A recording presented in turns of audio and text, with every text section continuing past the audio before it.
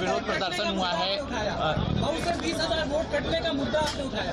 देखिए, आपके सांसद राजीव राय जी यहाँ हैं।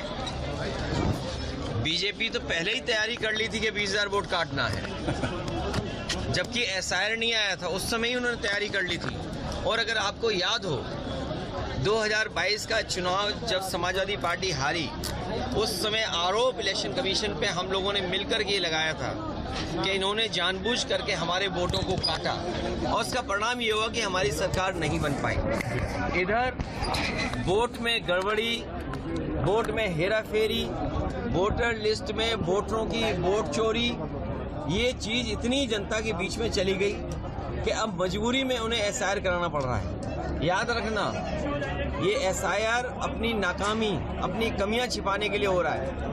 अच्छी बात है कि एसआईआर में हम भागीदारी कर रहे हैं, और मैं अपने एक कार्यकर्ता का धन्यवाद देता हूं कि जो पीडीए प्रहरी बनकर के वोटर लिस्ट ठीक कर रहे हैं जी।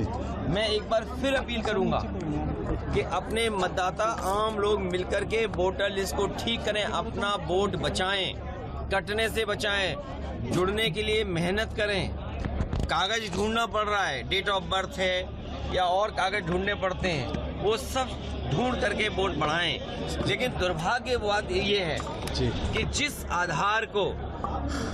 आधार कार्ड को सरकार ने ये कहा कि हमारा पहचान का कार्ड होगा, हम रजिस्ट्री कराने जाएं, बैंक का अकाउंट खोलने जाएं, हम कोई और पॉलिसी से जुड़ना चाहें, पासपोर्ट बनवाना चाहें, ड्राइविंग लाइसेंस बनाना चाहें, या किसी कागज को जब हम भरते हैं तो सरकार आधार मानती थी।